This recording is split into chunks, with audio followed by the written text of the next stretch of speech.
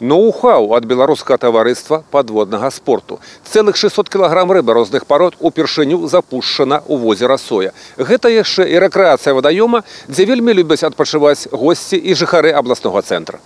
Адно са штучных азёр у абласным цэнтры Соя заўсёды вабіла аматараў рыбалкі. Ловяць з берага, выкарыстоўваюць лодкі. Праўда, рыбы апошнім часам тут стала значна менш, гавораць рыбаловы. І каб здабыць дастойны экземпляр, прыходзіцца прыкласці немала сіл.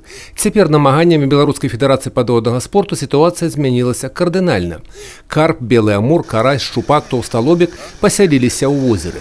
На зарыбленне выдаткавалі 3000 рублёў. З такой ініцыятывай падводныя рыбаловы выступілі ўпершыню, кажуць, каб не скардзіліся, што толькі апусташаць вадаёмы умеюць. В нашей федерации состоят подводные охотники, поскольку подводная охота – это официально признанный вид спорта. И являясь членами нашей федерации, они, соответственно, платят взносы и, соответственно, хотят видеть, что федерация тоже чем-то отвечает на, так сказать, на их активность. Поэтому мы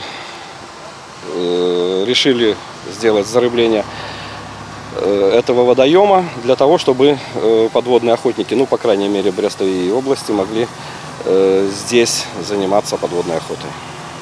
Звыш паўтоны рыбы для возера сапраўднае багацце. Фауна здесь, конечно, разнообразна, оно и всегда было.